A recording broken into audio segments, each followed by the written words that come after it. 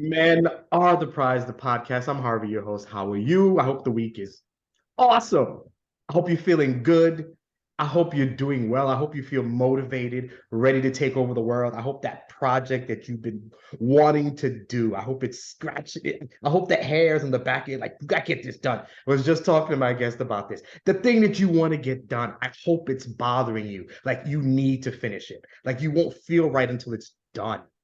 And we need something like that, something always like, what haven't I completed yet? And I think we're going to talk about that with my guest. Maurice F. Martin is the guest this week. How are you today, sir? I am well. I'm excited to be here today. Likewise, I'm excited to have you. Thank you for giving me of your time. We're going to have a fun conversation. I can feel it. I know it's going to be good. Oh yeah, we're gonna go there today. I can tell. That's what I like. I like to go there as much as possible. They know me there. We're going to have fun. But if you've been a listener or watcher, you know I love a good bio. I'm gonna read a good bio right now. Allow me. Facing a crossroads, Maurice F. Martin chose a path less traveled, the life-changing journey of healing, growth, and purpose. I like that word, purpose. Yes, sir. His second book, by the way, not his first. He's not a rookie at this. His second book, Your Butt is Too Big. Is that possible? We'll talk about it. 7 principles that empower you to heal past hurts and get motivated to find purpose was written to help you heal your past wounds, discover who you really are, and live a peaceful, purpose-driven life. Maurice has been through his fair share of trauma, from masking the private pain of his childhood to battling depression in his 20s. After becoming an award-winning vocalist and songwriter, Maurice hit rock bottom, and it became clear that there was only one way out. He had to let go of what had been holding him back. Now that he's healed, Maurice is on a mission to equip and empower you to release your limiting beliefs and become the person you were born to be. Maurice lives in Akron, Ohio with his wife and 2 kids. I love a fantastic bio. It hits, been through this is what I'm doing now.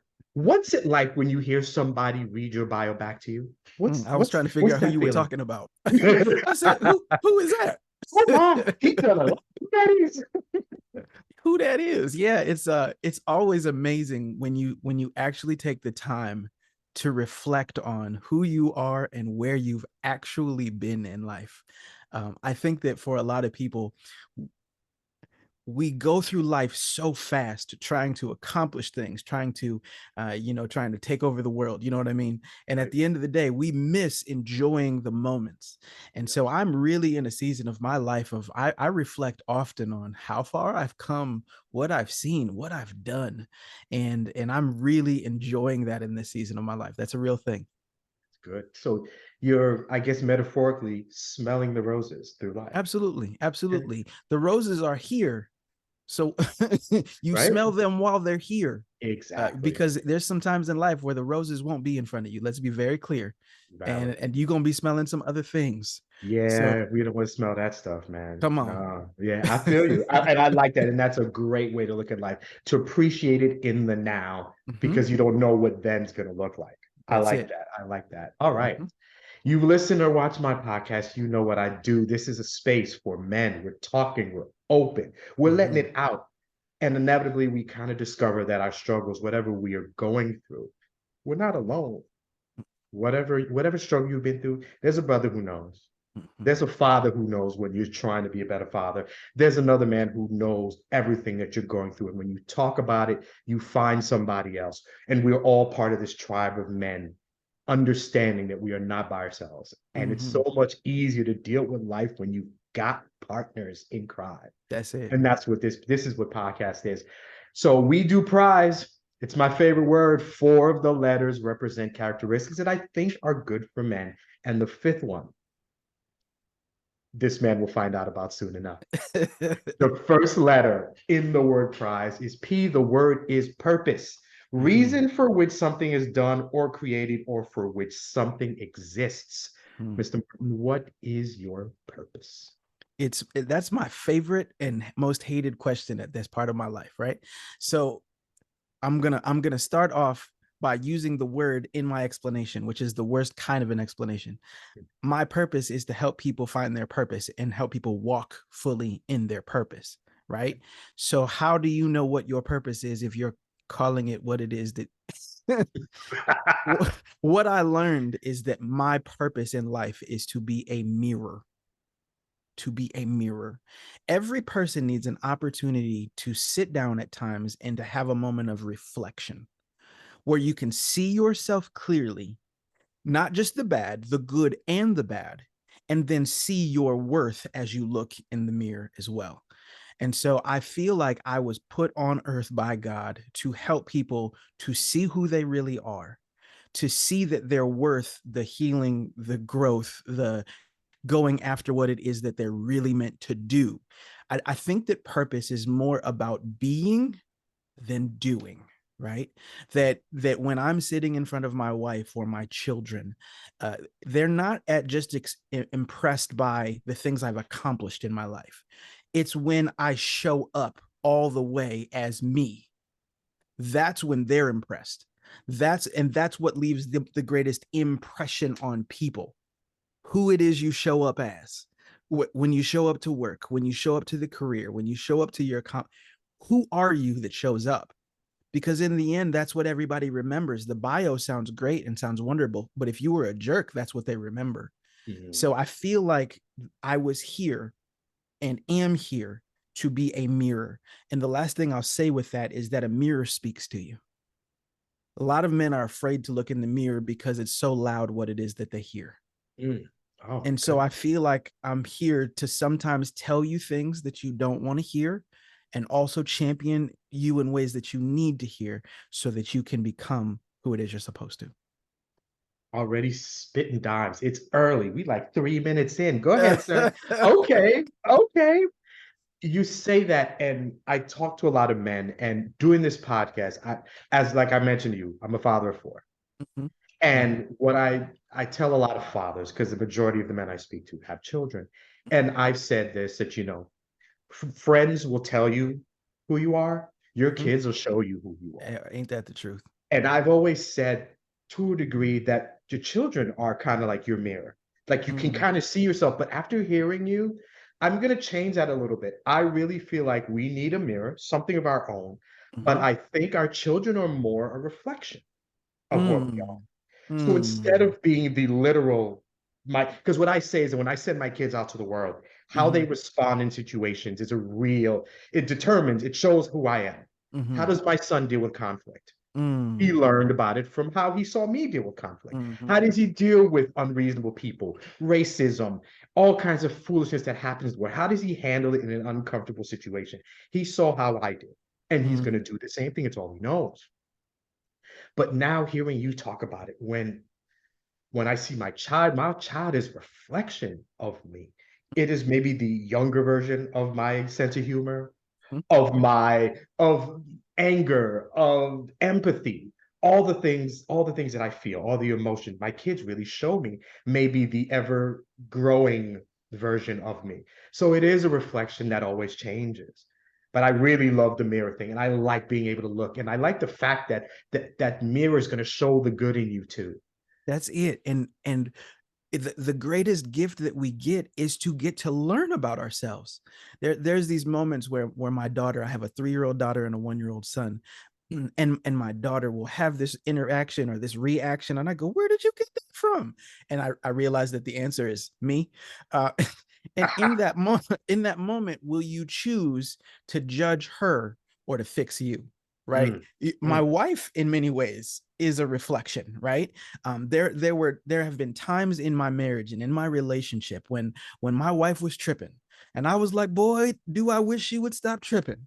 And then I worked on myself, and it's amazing how when you stop tripping, they stop tripping, right? When you fix you and you get healthy, you give them the freedom to get healthy. So, I feel like most of the most beautiful relationships we have in our lives, we have mirror moments and mirror opportunities where we see ourselves and our loved ones, and we have to then decide, will you heal what you see, Will you champion and congratulate what you see? What will you work on what you see, or will you pretend you don't see it? Mm. Mm. It's so interesting. You can't really hide from the mirror. When you walk by it, it's just gonna show you. The That's it. metaphorical mirror, the metaphorical mirror. Mm, You have to. It's hard. It's easier to get away from that. it It's is. harder to stay in front of it and accept what's in front of you, There you go. and then realize you can change. I like that. Okay. Mm. When did you discover your purpose? When did you find out that this is what you were meant to do? That's such a good question.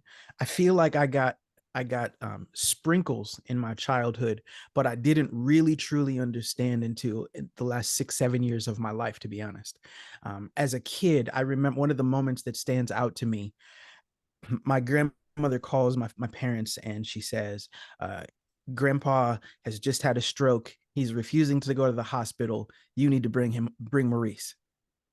And so I get put in the car. We drive 35 minutes. We get to the house. It's the middle of the night. My aunt is there. My grandmother's there. The paramedics are there. They're trying to convince my grandfather to go. And he's being stubborn and prideful and refusing to go to the hospital. And my grandmother says, Maurice, go in there and talk to him. I'm 10 years old. Now, grandma knew something that Maurice didn't know about Maurice, which is that Maurice has a way of helping people see what they look like in a moment. And I walked in a room and I said, Grandpa, what is happening in here? And he said, Reese, they're trying to get me to go to the hospital. I ain't about to go to no hospital. I said, Grandpa, you see you laying on the floor, right? You see you're laying on the floor. Do you want to die? My grandpa said, no, Reese, I don't want to die. I said, Grandpa, you're going to have to listen to these people. I'm 10, right? And so in this moment, I feel like that was one of the first times I had a glimpse and an understanding. Oh, I'm here for a reason. And during my teens and my 20s, I'm a musician. And so I went to school for music, studied music, and I thought that I was just supposed to make music that helped you see yourself through the music. So I was close, right? I thought that I was supposed to relate to you and interact with you with my art, and that through the art, you would come to fully get you. But it never really worked. It was empty for me, and I didn't completely connect with them. There was always something missing. And so, I was blessed in my music career. I worked with, Grammy winners and Emmy winners and played on some big stages, and I did all kinds of cool, but I was miserable the whole time. And I'm depressed and I'm anxious and I'm heartbroken. And I got all this childhood trauma I haven't healed from or dealt with. And when I got into my 30s, I was 32 years old, and I had a moment that kind of changed my life. I was suicidal and in a very, very dark headspace. And I started screaming at God. I wasn't sure if he was listening or if he was real, but if you are, you're going to get this business. And I felt like I heard something that day, and my life changed. And at that point, I was drinking a lot and I was high all the time. And I realized, man, I have to change. I have to heal. I got to figure out what's really wrong with me, and I got to fix it. And as I started doing the work on me, every time I would have a major lesson or I would have a growth moment, there would always be somebody on my phone who needed to hear the lesson I just had. They needed to receive the wisdom that I just gained. And I realized, like, oh, this ain't just about me, right? That whenever you have these moments of like, wow, I understand life, love, and the pursuit of happiness, I got to give it away. And I started making the connection. Oh, this was actually always in me. Young teenager, 20s, partying, not partying. People always came to me asking me, Maurice, can I have your perspective? Maurice, can I have your wisdom? But I didn't really understand what it is that they saw in me because I didn't see it in myself. So I could almost say it's been there the whole time. The purpose has always been there, but it's this season of my life where I'm embracing it. And I feel like every time the more I embrace it and the more that I grow, because we're all still growing and we're all still learning, the more that I grow, the more people end up in front of me who need the exact lessons that I have to give away. What a beautiful gift of life that is. That's wow. I hear you. And what I get from that is that I tell a lot of men that, we're raised to provide for other people, make Mhm. sure everybody else is okay. So to a degree, we're kind of living to take care of others. And my thing when I coach men and talk to men is that you need to live for yourself also. That's it. You're valuable, you're important.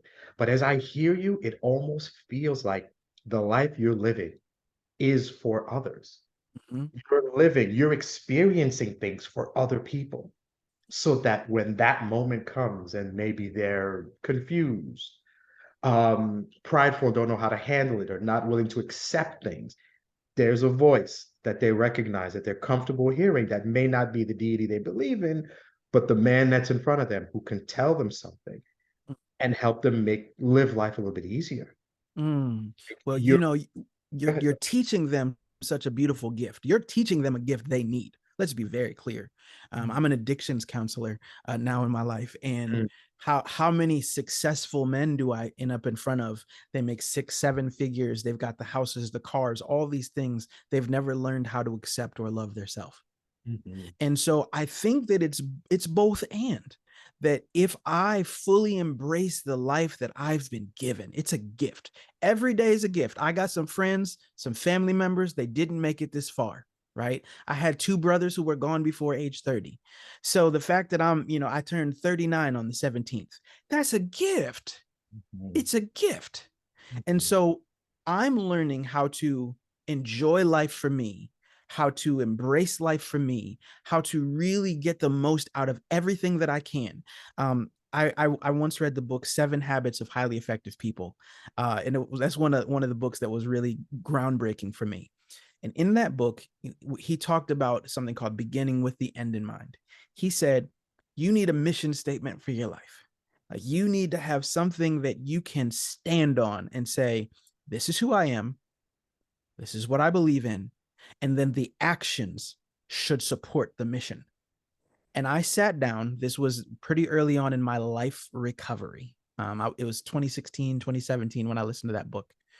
And I did say listened. I didn't say I read it. I listened.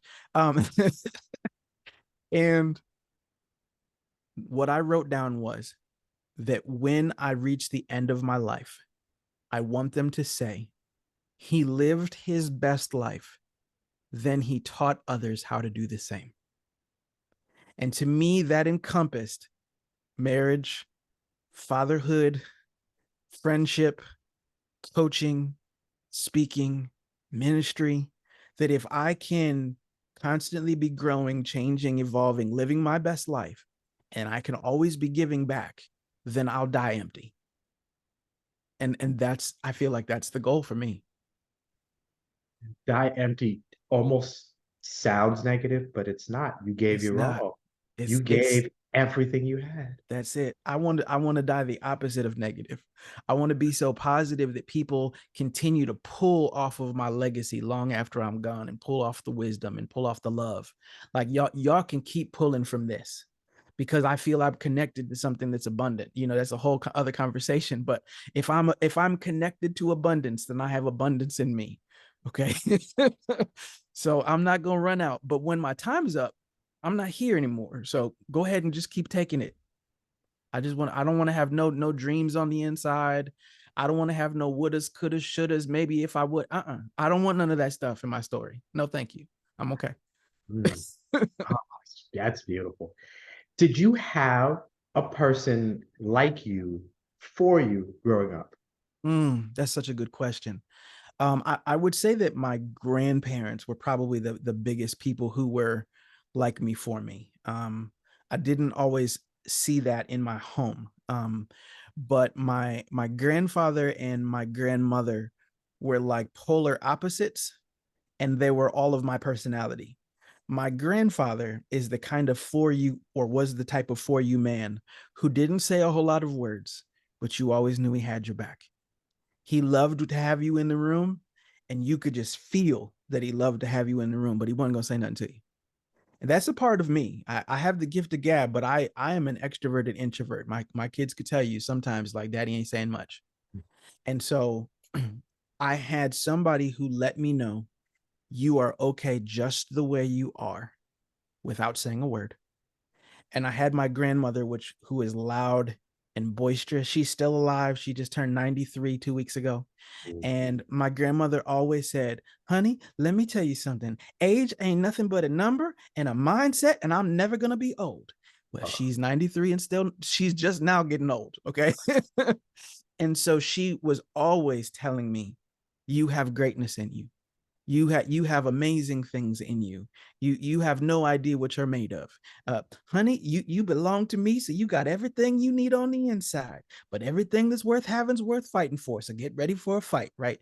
And so I always received that wisdom and that encouragement. Grandma was the person who I could call her when I was in college or when I was in my 20s, and grandma would go, "What's wrong with you?" "Oh, no, grandma, I'm fine." Oh, no, the mask did not work for grandma. Grandma saw through the layers, through the stuff. How are you really? And so I had it from a female. I had it from a male. And so I'm thankful for that, because, they helped ground me in some ways where I'll be honest, I probably would have lost myself, and I did lose myself in some ways, but I at least had that influence helping to not let me go all the way crazy. That's good. It's so nice to have somebody who will breathe positivity into you. That's it. And genuine, like somebody. I don't know how to describe it. There's a different feeling when somebody truly loves you. When There is. somebody loves you, it's hard to feel bad for yourself. I mean, we're human. It's gonna happen sometimes. But sometimes when you're in the presence of so much emotion, when somebody knows your potential, saw you from birth, saw you grow up, and maybe sees that you're faltering, but knows that this is just a temporary thing. When somebody's like, I see you, and you're about to do these things, and we don't always get that. Men don't always get that. We So usually don't. yeah. So when you got somebody who like it's annoying, like you gonna be big, you gonna do good things. I know you don't feel good now. You're gonna feel better soon. I love you. You know why I love you? I love you so much because you this, you this, you this. Like you try to block off the positivity, but then you just realize, you know what? I don't have to fight it. This person loves me because they know. That's it. And the That's day it. that you find out yourself, oh, Then everything really changes. That's transcendent day. that's when Oh, you get the power. That's when you really get the power. it, And it's important. Part of the reason, and I think that a lot of the elders in our lives, they speak into us that way because they know what this journey is. The reality is, positive words don't carry as much weight as negative ones. Now, that's a hard truth that people don't want to actually hear. But Lord have mercy, if 25 people walk up to you and go, "Hey, brother, you look good in that shirt today." Takes one person to walk up and go, "Don't know if you should have wore that shirt." You're like, "Oh my God, I can't believe I wore this." I don't even want to cut you off, but you said this, and you're a married man, and I don't know if this is the case for you. I could tell my wife every day, girl, you look so good in that dress. Why do you look good? If I said, baby, you look a little big, that's the only thing she'll remember. That's Right. so true. That's it. Negativity sticks, Yes. positivity bounces. That's it. Oh, that was good. Oh my God. Oh, negativity sticks, positivity bounces.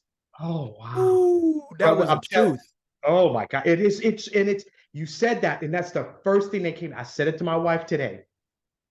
You look so good because I think a lot of women just they don't appreciate their look and whatever. They just get bad. It's all around them, how whatever. And I make a point, and my wife doesn't think she's beautiful. My wife is bad. I can say that, and this is Say being that. recorded. My Say wife that is, with your chest. and no matter how many times I tell her that, yeah, thank you. And not that I would know, because I would never be like, baby, you don't look good. But I know if I did, and that's so true. Positivity. I love that statement. I love that a lot. Let's move on. R is the next letter in the word prize. The word is resilience. Resilience is the capacity to recover quickly from difficulties and toughness. I feel like this question works well because we're just going to talk about your opus, about the work that you're about to put out. If you can, tell me about a situation, something that happened in your life where you discovered you had a resilience that you didn't know that you had? You know, it's funny because I was trying to prepare for this interview, and it's like I could see the answer and not see the answer. I know that as a human, I am a very resilient person because I'm here. I'm sitting in front of you. And at the end of the day, I'm doing what some people told me I couldn't do. That's resilience. But have I always bounced back quick? Now that's a different thing, right? The immediate thought that came to mind, and this is, a story that I go into in my book. I was in my 20s and I was in college, and college was going amazing. And I was in a relationship, and I was engaged, and I thought I was going to graduate and get married and do all these amazing things. And she went crazy. Right. When I say crazy, I'm talking like, first of all, she faked a pregnancy. Okay. And then, yes, I'm really saying this and it's heavy, but it's real. She faked a rape. She pretended that she was attacked and assaulted. Okay. And so my life, it was that, and the story didn't stop there, and my life tailspinned. Right. And so I'm in my last semester of school. I stopped going to classes. The depression kicks in, the anxiety kicks in. And before you know it, I have failed almost all of my classes. I lose most of my scholarships.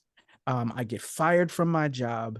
And now I try to go back to school again another semester. I don't have the financial aid for it, and I have to leave college. I'm literally at the end. And so I bounced back by, had already started a band, and I threw myself into my band, right? I learned from that experience that it was the wrong kind of resiliency. I bounced back, and I did what guys do, man. Let's go grind and go get it. And I'll sleep when I'm dead, right? And I muscled my way through, and we got signed to a couple indie labels, and we start playing shows and all these things. But when have you mourned? When have you healed? When have you dealt with what's dealing with you? Hadn't. And so I can almost say that before in my life, I was always bouncing back the wrong way. And so it only got me so far. I feel like in my 30s, we've still had tragedies and moments, and I had two brothers pass away in 2 years. And the second brother, when he died, that was really a catalyst for change for me. And it happened a couple weeks after the moment that I described of being in my car and having my moment. I said, if I'm going to bounce back from this one, it has to count for something. So I don't want to bounce back and be the same. I want to bounce back and be healthier, or bounce back and be stronger, or bounce back and keep it and be more honest, right? I can't just keep going back to the same version of me, because he can't handle what is happening in his life. So how do I learn how to bounce back better instead of bouncing back bitter? That's it. That's the journey. Learn how to bounce back better. Yes, sir. Yes, That's sir. the real kind of resiliency. Ooh. So when I was coming up with this list for, when I was looking up these words for definition, so resilience is the capacity to recover quickly from difficulties. Mm-hmm. And I realize I'm not a fan of this particular definition because I took the one that had quickly in it. Mm-hmm.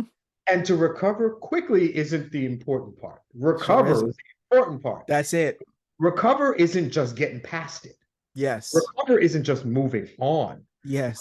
Recover is, this happened, deal with it, mourn, struggle, all the ish that came through, and then go. That's it. And I can metaphorically put it in my rearview mirror. But if it happened, okay, I gotta go back to work tomorrow. I didn't recover. Mm-mm. I just walked by it for a while, but it's following me. Mm-hmm. And it's going to come up. It's going to catch up to me. It's going to climb up on my back, and then it's going to whisper in my ear, "You sure?" And then I'm not. And then I'm going to fall again. That's it. I remember. See, I'm gonna just be real. This might get me some hate. Okay, I grew up in Ohio. I'm a Cleveland Browns fan. Okay, I'm a big Browns fan. Jim Brown, what they said, that he was like the greatest football player that ever lived, and part of the reason is because you could never tell when the man was hurt. They said he would always take the hit, and he'd get up slow, and you go back to the huddle, and you never knew when he dealt with anything or had any problems. He had that bounce back in him, right? And so when many of us as Americans look at a bounce back, we think you get hit, get back up, fall down 6 times, stand up 7, and it's just about getting up. Okay, but if you get up wounded and you don't deal with the wound in real life, in emotional life, in spiritual life, people suffer.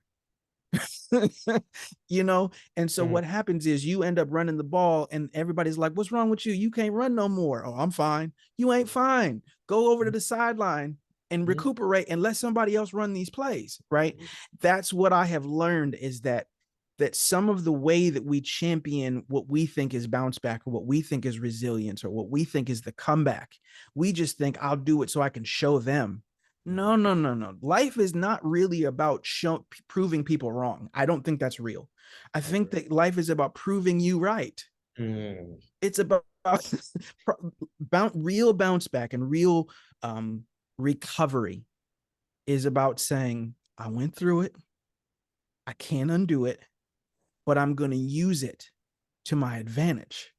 I'm going to make sure that I'm a wiser person, that I'm a more grateful person. There's got to be something I can get from everything I've been through. The deaths, the tragedies, the disappointments, the heartbreaks. I don't care what we're talking about. There has to be something I can glean from this, even if it's just that I'm thankful I'm still here. Right? That's the real recovery. And as you said, it doesn't always happen quickly. It happens when it's meant to happen. And the key is allowing it to happen, and not fighting it when it does. And a lot of people will take it as a form or show of weakness. There's nothing weak about recognizing the effect a situation, an experience can have on you. It is a show of strength to take it in, to deal with it, and to not get up immediately, I guess, in the metaphoric sense. I get hit and I break a leg. I don't get up and I just drag myself to the sideline to show that I'm a real man. But I lay there knowing that I don't need to put pressure on this bone, and let somebody come over and put me on that slab and take me somewhere so I can get better. When we value ourselves, we value our mental health, we value our sanity, we value everything. And sometimes it takes longer to just deal with stuff, and let it take longer. It's okay. I am fine being hurt for a while as opposed to faking it for a year. I'll take that. Telling you again, you right on point, brother. You are on point. I'm loving this. We're going to skip the next letter, which is that I, but you'll get it soon. The next letter is Z. The word is zeal, my favorite letter and word in this word. It is enthusiastic devotion. Put your family aside, and for now, the work that you do. What are you enthusiastically devoted to right now? Faith, honestly. You can't have the story that I have and not be enthusiastic about, to me, all these questions about, bounce back and purpose and all these things, they all take me to conversations of faith, right? That something greater than me, that is beyond my comprehension, loves me enough that like life didn't end for me when I was in a dark place. Right? That life didn't give up on me when I was when I was in those bitter and broken and bandaged places, right? And so I am overly enthusiastic about faith and all things of faith, and understanding how do we make the most out of this thing called life. Like not just teaching it in a business, but like really getting into understanding it. I'm somewhat of a Bible junkie in some ways, in that like but I'm not the type of person who knows every scripture. Okay. So I'm the guy who everyday people who don't believe in God still are okay talking to, because they come up to me and go, hey, I got a quick question for you. And they ask me a question and I go, that's a great question. Let me look up the answer. I sometimes stay on a couple of scriptures for months at a time. Why? Because I want to find truth in life.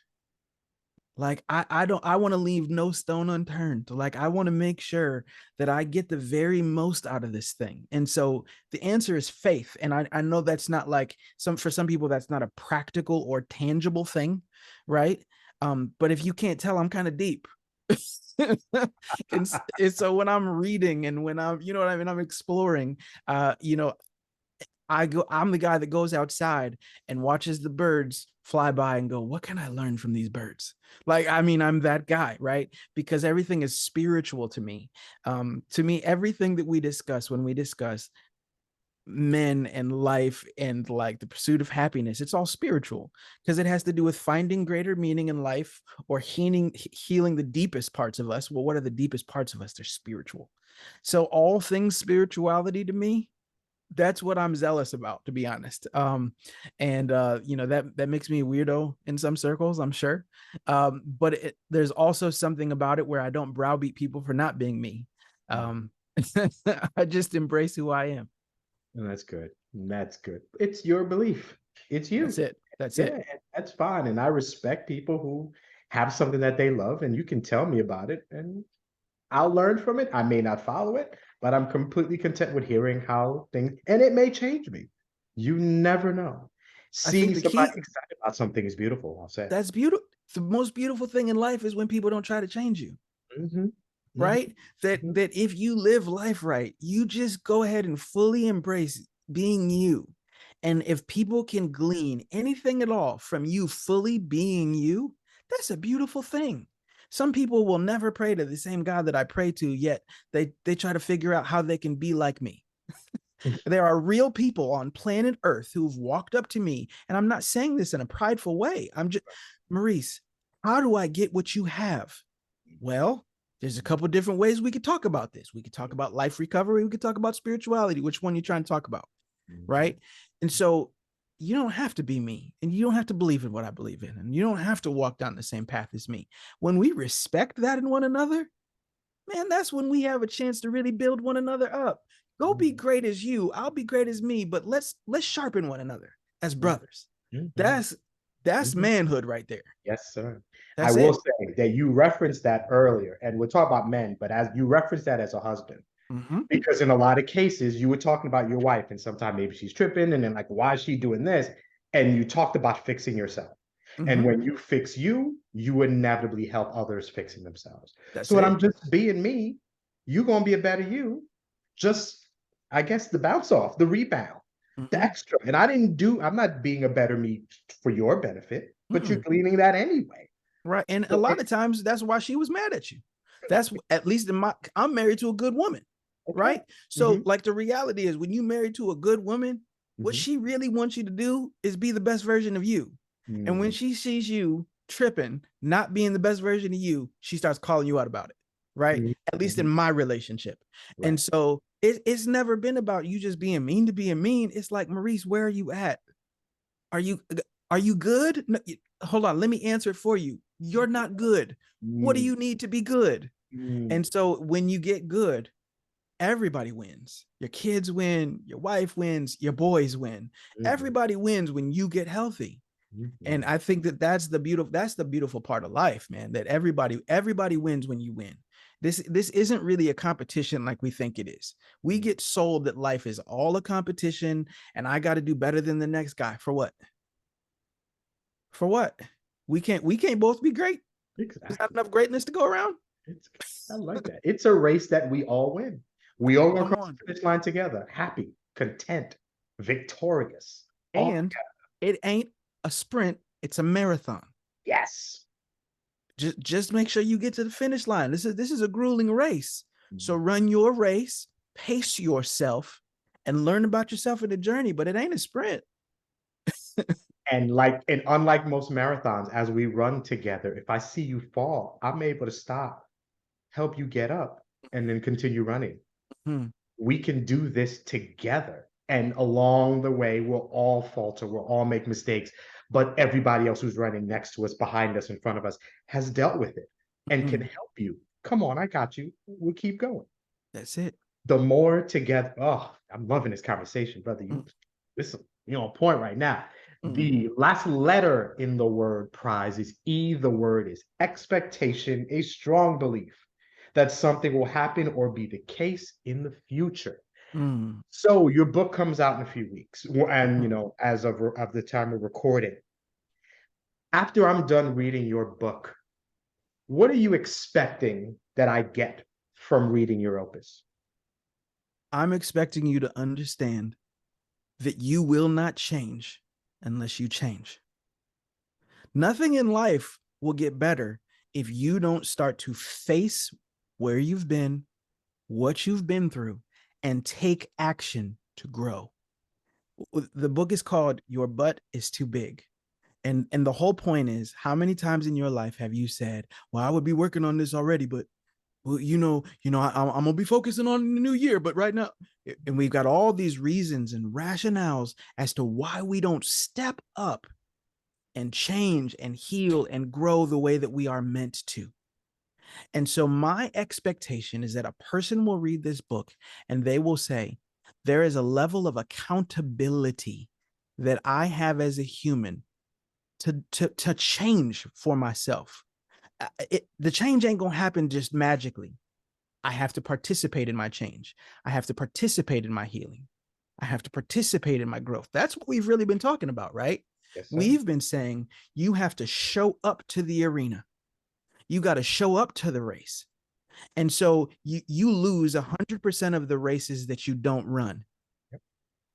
There's a lot of guys, and if there's somebody who's listening today because they're looking for a spark, it's early in the year, they're trying, and they saw this podcast and they said, I'm going to listen, maybe it'll give me something I need. The one thing I hope you take away from this is the fact that if you're not even willing to get in the race, you're just going to keep losing. Mm-hmm. You're not going to be perfect when you run. You're going to have some bad form. You might hurt yourself along the way. Like it's grueling trying to heal and trying to grow and trying to get better. It's painful and it's not always perfect. But the fact that you get in the race and you choose to change, things will begin to change. People will show up around you to help you. You'll start to see yourself differently and then eventually see life differently. And you'll realize that the gift that you have right now, and I call it a gift, is life. Sometimes we get to see life as a burden.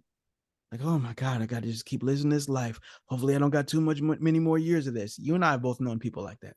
Mm-hmm. No, this is a gift. Mm-hmm. And so I hope that is the biggest thing people take from my book. The marathon mindset is one of my chapters in my book. So it's literally what I'm talking about. The fact that this is a long haul journey, but you're worth taking the journey. I say that so much. I spend a lot of time talking with men about recognizing how important you are. Mm-hmm. And a lot of times, and I'll venture off of this real quick. A lot of times, as we record this again, we're just coming off the holiday season. And I spend a lot of time talking to people and saying, listen, this is the time when you need to reach out to the men in your life. Mm-hmm. We men, sadly, we attempt suicide a lot more than women do. Yes. And especially during the holidays. This is a time for men who are used to having family who now don't, whether it's divorce or any particular reason where now there's no family around them. I'm used to putting up the tree up after Thanksgiving and shopping for Christmas. I got the kids and a wife, and now I have nothing. And now I'm just here to just sit here and just kind of sit in my thoughts. Mm-hmm. And I couldn't make this marriage work. I'm not a good father. I didn't get the promotion I wanted. All these things that I wanted to do, and there's nobody to say, you know what? This stuff happened. It doesn't lessen your value. So when you got all these men who are sitting here, there's nobody to tell them, there's nobody to breathe positivity into their life. All you have is all your negative thoughts just attaching to you. And that's when people make the bad decision when they do it. And I'm like, we have to talk. So this podcast to me has been kind of to me, it's an analogy. I tell people, check on the men in your life. But I don't want you to just make that quick 5-second call. Hey, brother, how you doing? You good? Yeah, I'm all right. Cool. No. To me, this podcast is that longer call. Yes, hey, brother, how are you? How you doing? What's going on? Tell me about things. You don't sound like you're all right. You down with dinner? Let's go have some drinks. Let's go. It's not that 5-second check-in. It's that 2-hour conversation where you get into somebody, when you finally get a man and you kind of crack them to just let him tell you what's really going on. And And it's just, and you can just drop it, where you can just take that weight off. That's I'm it. important enough. There's somebody who gives a damn about me, and he Mm. wants to hear what I have to Yes, say. sir. Immediately, you're in a better place. Mm-hmm. I am worth something. And we spend enough time, and I've been getting that from you. We're important. And I can feel Yes. like this book that eventually, and I'm going to read it as soon as I get a copy, we remind ourselves, not even remind, we let ourselves know, because sometimes we don't even know. That's it. We let ourselves know that we are valuable. I tell men all the time, there is somebody right now whose day is better because of your call, Mm-hmm. because of your letter, because of you walking in a room. Yep. You may not know it, but that person's waiting for you today. Mm. Don't disappoint them and don't disappoint yourself, man. We need you. One of the things I always remind people of, there's these moments that you have with people where they go, Maurice, there's this memory that I have of you, and I just can't ever shake it. And you go, okay, and you think you know what kind of memory it's going to be, right? And they say some random story that you don't even know what they're talking about, and you're not sure it was really you in the story. I know I'm not the only person, because every time I make this analogy, everybody shakes their head, right? Uh, See, you have no idea the moments that have touched people's lives. Mhm. That you don't know who thought of you and smiled but hasn't called. You don't know who thought, man, nobody's ever been there for me, and then they thought of you and they thought, oh, at least I have him. Mm. You don't know. Mm. And so the reality is, you don't really know what you're worth unless you explore it. And the answer is not to go explore it with all of them, although whenever you get a chance, please do. But Mhm. the real gift is go look inside yourself and find it, because we've all had someone ride for us that we couldn't understand what they were riding for. We've all had somebody fighting for us, saying, hey, you can do better. Hey, I want to see you showing up. Hey, brother, I'm looking forward to you, brother. Hey, brother, make sure you show up to, and we kind of like blow it off and we push it off and we don't show up to that stuff. Well, those people saw something in you.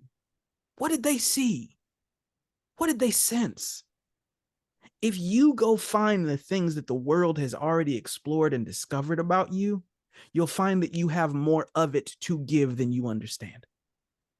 And if there's some brother this watching this right now, listening to this right now, and you're in a dark place, you're feeling like hopelessness is the only fashion of hope that you have, I can speak for me and say I've been there.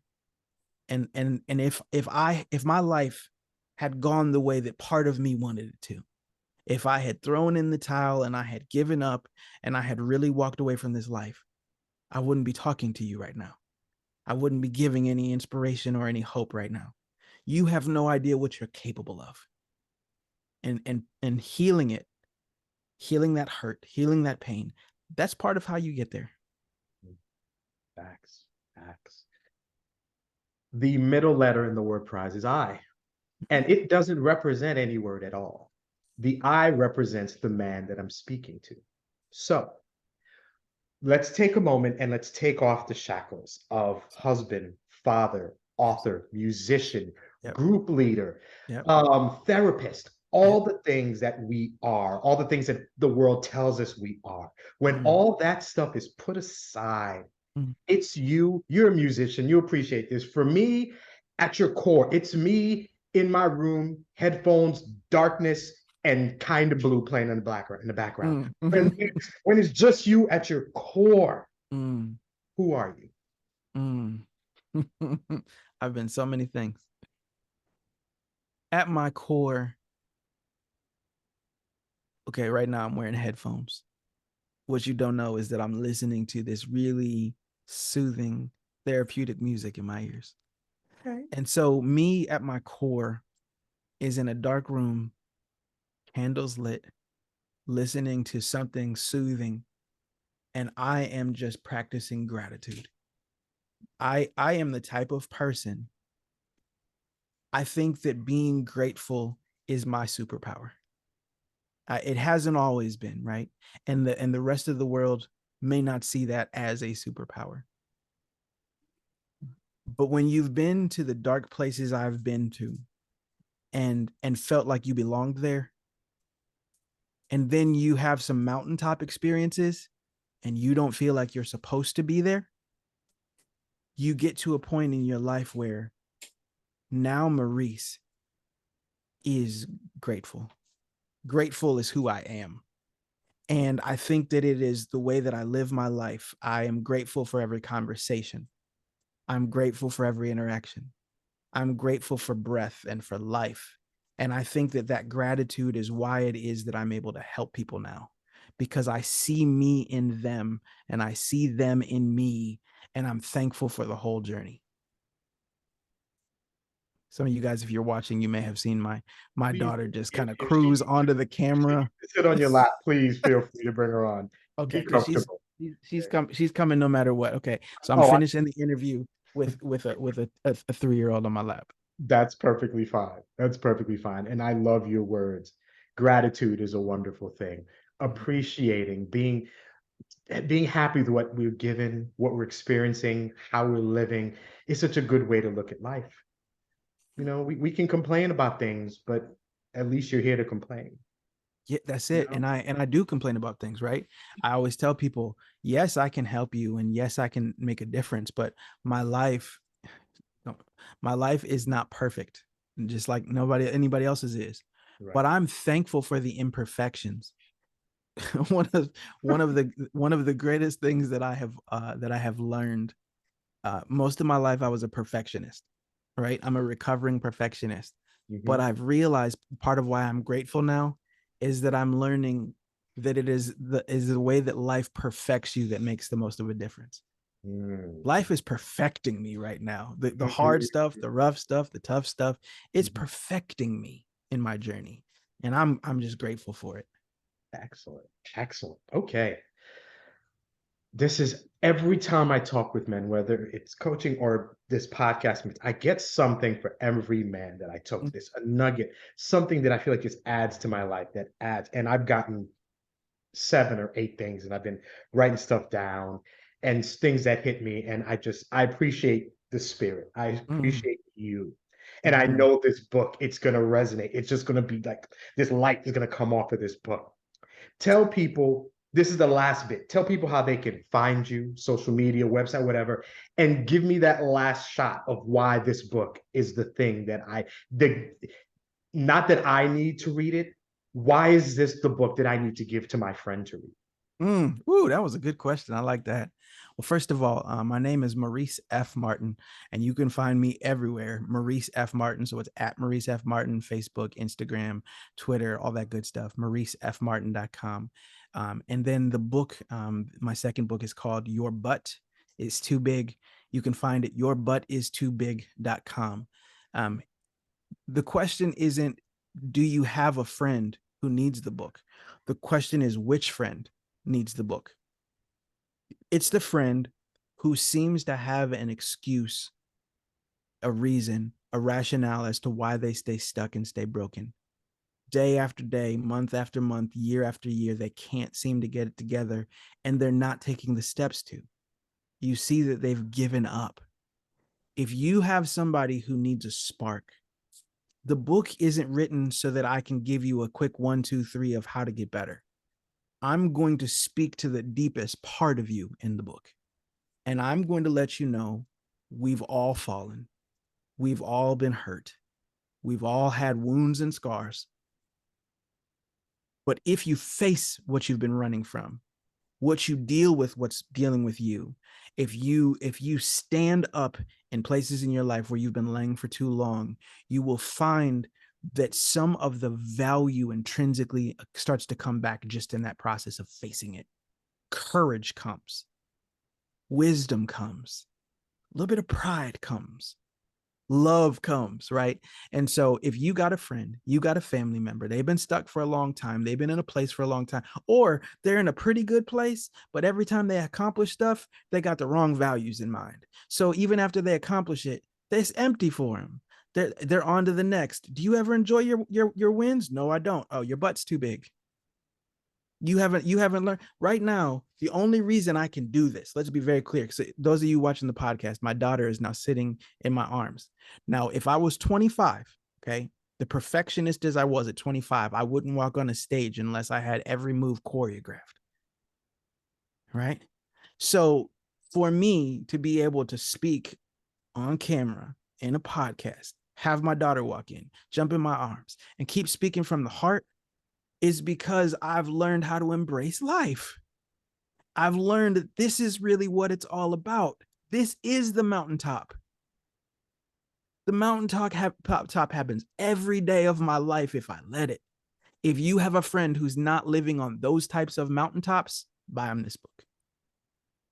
Sold. Absolutely sold. Mr. Martin, it has been an absolute pleasure. I'm so glad we got a chance to speak. As am I. I love just doing this podcast. I love getting black. I love when men just speak. To me, there's something special.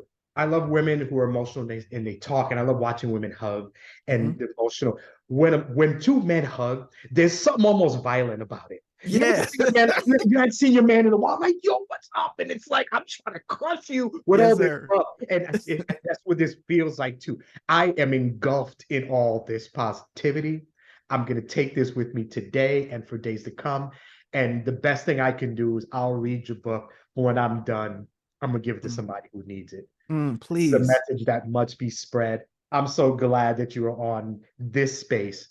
And I'm so glad I get to tell so many people about what you are writing, what you are doing, and what you represent. This has been absolutely wonderful. And I can't wait for us to do this again. I hope you have time to talk with me again. We'll talk about something else. Whatever. We'll find out nothing to talk about. So thank you to everybody who listens and watches. Thank you to Kristen McGriff. She does the intro and the outro, the smooth voice you heard when the podcast started, the smooth voice that leaves you out. It has been a pleasure talking with another great Black man. I will leave you with this. We talked about the effect that comments or experiences have on us. The good ones, they're there for a second, but the negative ones last.